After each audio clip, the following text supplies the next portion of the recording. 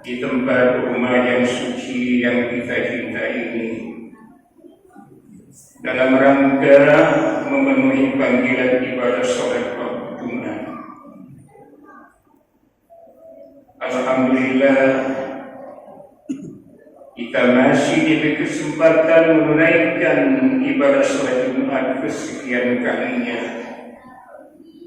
Mudah-mudahan Allah senantiasa selalu menaburkan rahmat-Nya dan kasih sayang-Nya kepada hamba-hambanya yang bertakwa,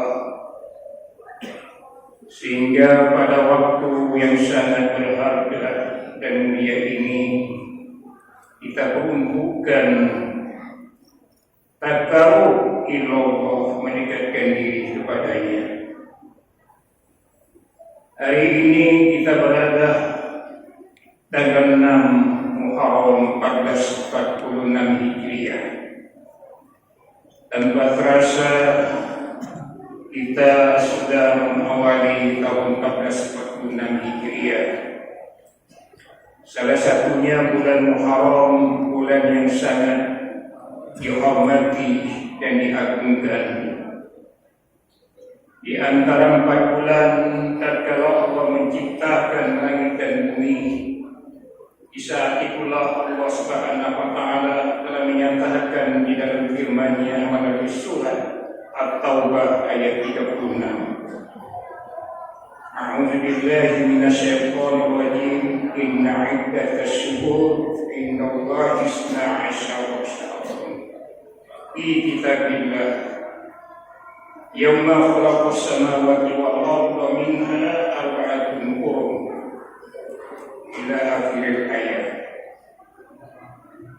Sungguhnya Allah telah membuat satu perhitungan dalam bulan Qamariah. Dan Allah menciptakan dalam satu tahun itu 12 syahran, 12 bulan.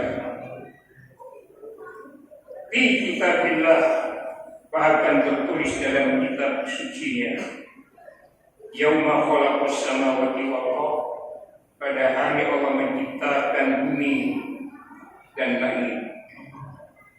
Minha arba'atun hurum, daripadanya itu ada 4 bulan yang dianggap bulan yang haram, bulan yang suci. Manusia ketika itu dilarang berbuat zalim, baik itu melakukan kezaliman terhadap dirinya sendiri maupun kezaliman terhadap orang lain. Dan di bulan itu juga kita dilarang untuk berperang. Namun kalau ada musuh memerangi kamu, maka perangilah, habiskanlah mereka itu.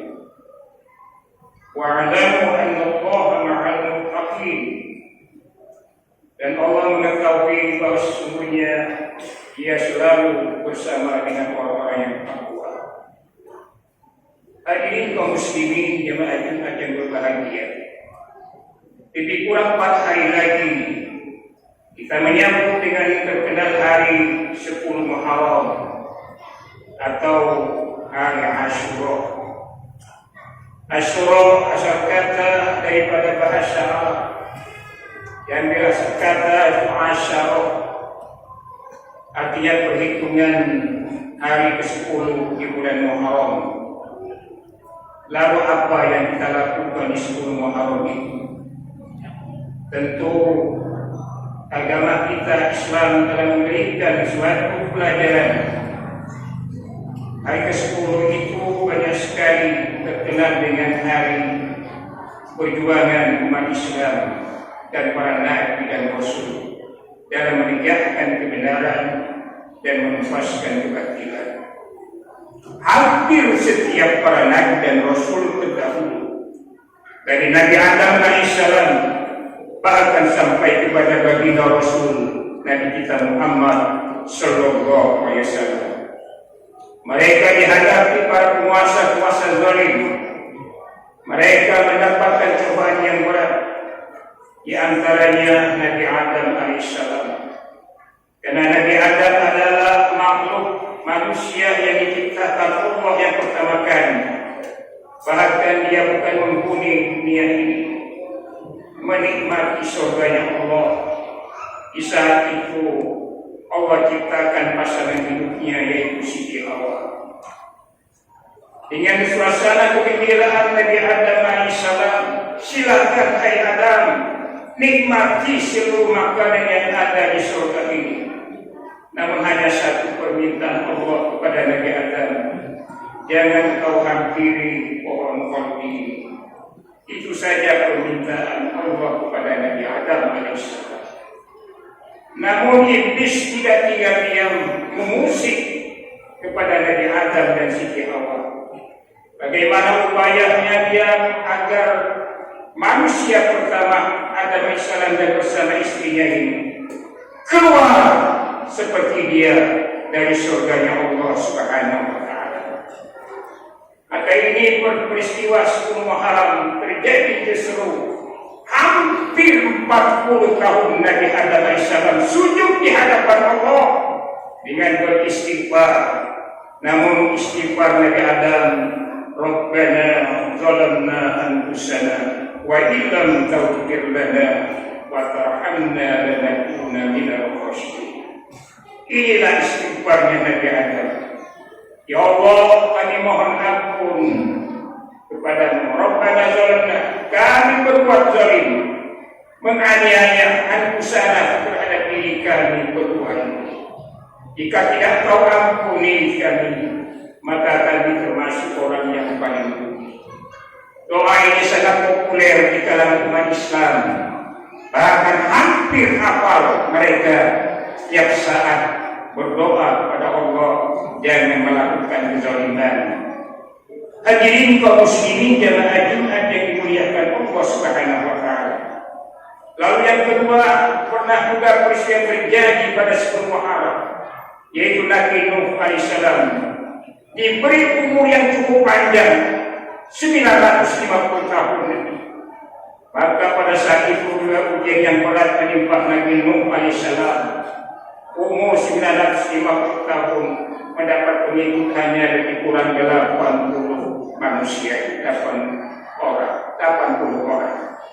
Bayangkan manusia pemimpin yang model mana dan rasul yang model mana kalau dia tidak sabar dan sabar menghadapi umat yang zalim, umat yang begitu durhaka kepada Nabi dan Rasulnya. Saking durhakanya mereka selalu setiap hari membuangkan kotoran-kotorannya di kapal Nabi Nuh alaihissalam. Bahkan dia mengejek Nabi Nuh, tidak masuk akal, hai Nuh, engkau membuat kapal jika di gunung ini. Masa hal yang seperti inilah yang kelakuan dan akhlak yang bejat yang dilakukan oleh kaum Nabi Nuh alaihissalam. Termasuk salah satunya anaknya kandungnya sendiri mengikuti barisan orang-orang yang kafir, orang-orang yang zalim ketika itu. Mampukah seorang nabi, seorang rasul menyelamatkan anak kandungnya dari azab Tuhan? Tentunya Allah tidak tinggal diam karena sudah dia murka kepada makhluknya. Pada saat itu dia menerima daripada nasib anaknya. Yang ketiga adalah menimpa Nabi Ibrahim alaihissalam, diselamatkan Allah dari kobaran api yang besar dari penguasa yang zalim, Raja Namrud. Namun Allah menyelamatkan Nabi Ibrahim. Ya naukuni bardan wa salaman ala Ibrahim. Hai api inginkan jangan sampai kamu bakar tubuh hamba Nabi Ibrahim alaihissalam. Selamatkan mereka. Karena api sifatnya netral, bisa dia panas, bisa dia dingin, tergantung kepada yang memiliki, yang menciptakannya itu sendiri. Allah Subhanahu wa Ta'ala menyelamatkan Nabi Ibrahim dari perilaku kaumnya yang tidak, yaitu bersifat belas kasih sayang, raja yang zalim, raja yang memang betul-betul tidak menerima disebut kemanusiaan. Yang ketiga adalah Nabi Musa alaihissalam. Begitu dia selamat dari kejaran Firaun.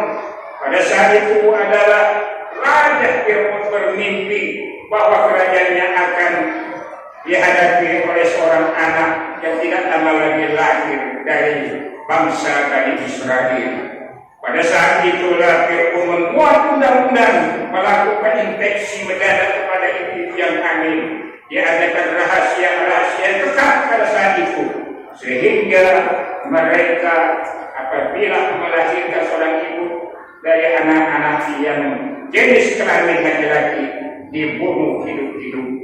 Namun bayi Nabi Musa selamat dari cengkraman Raja Fir'aun, maka diselamatkan oleh putri Fir'aun itu sendiri, dihanyutkan di sungai Nil, maka dia hidup dibesarkan di istana kerajaan Fir'aun. Begitu menjadi dewasa, dia diutus oleh Allah sebagai seorang rasul dan memimpin bangsa Bani Israel pada waktu itu. Dan saat itu juga Nabi Musa berhadapan dengan bapak angkat penguasa yang sangat zalim terhadap umat bangsa Mesir pada saat itu, sehingga mereka terjadilah yaitu peperangan yang dahsyat. Musa AS diperintahkan Allah yaitu untuk lari dari Mesir ini. Mereka dikejar oleh tentara Fir'aun. Di hadapannya dihadang lautan yang luas terbentang. Di belakangnya sudah begitu pasukan Fir'aun yang ingin mau membunuh tentara umat-umat Nabi Musa, kaum Nabi Musa pada saat itu.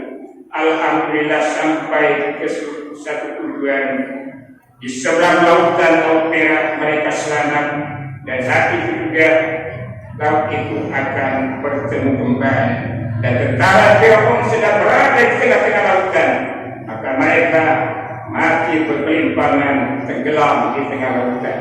Salah satu bukti jasad Fir'aun saat ini ada di Museum Mesir, dan seluruh para orang yang berkunjung melakukan yaitu wisata di kota Mesir kadangkala yang ingin mereka lihat yaitu museum kerajaan Fir'aun yang diawetkan sebagai bukti umat Nabi Muhammad SAW menyaksikan hal ini.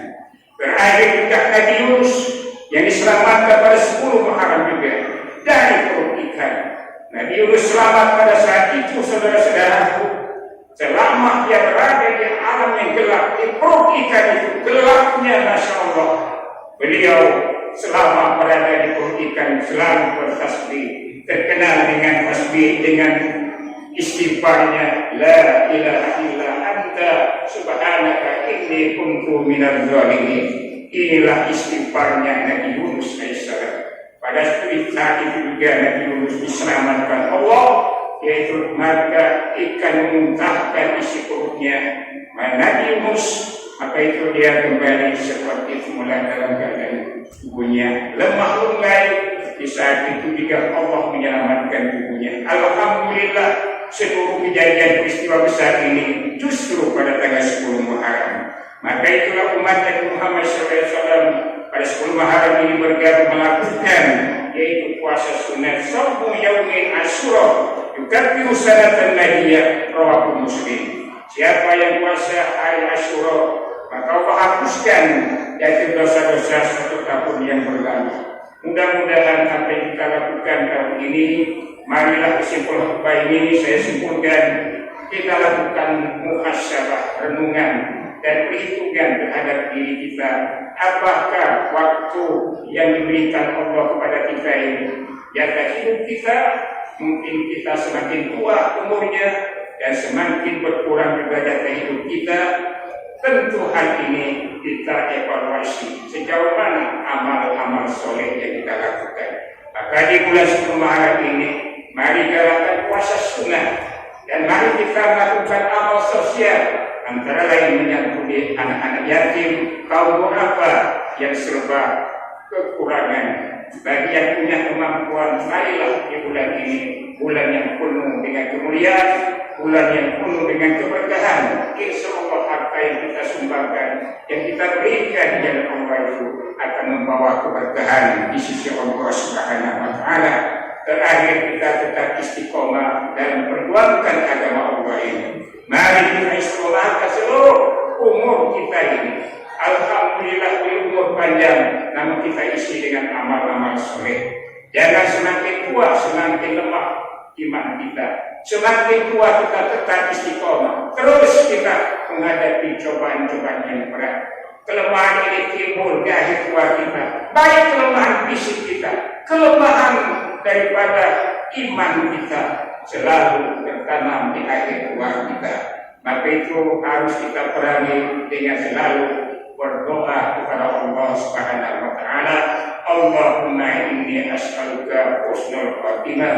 Ya Allah, aku mohon kepadamu husnul khatimah.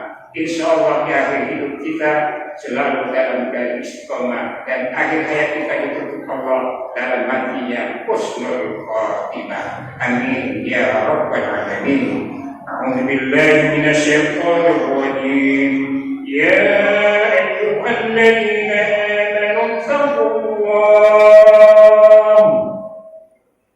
wal tanzur nafsum ma qaddamat lighad wattaqu Allah innallaha khabirun bima ta'malun. Barakallahu li wa lakum bil Qur'anil azim wa nafa'ani wa iyyakum bima fihi min al-ayati wa dzikril hakim. Fataqabbala minni wa minkum tilawatahu innahu huwas sami'ul 'alim. Aqulu qawli hadza wa astaghfirullaha alladzi li wa lakum ولسائر المسلمين والمسلمات والمؤمنين والمؤمنات فاستغفره إنه هو الغفور الرحيم.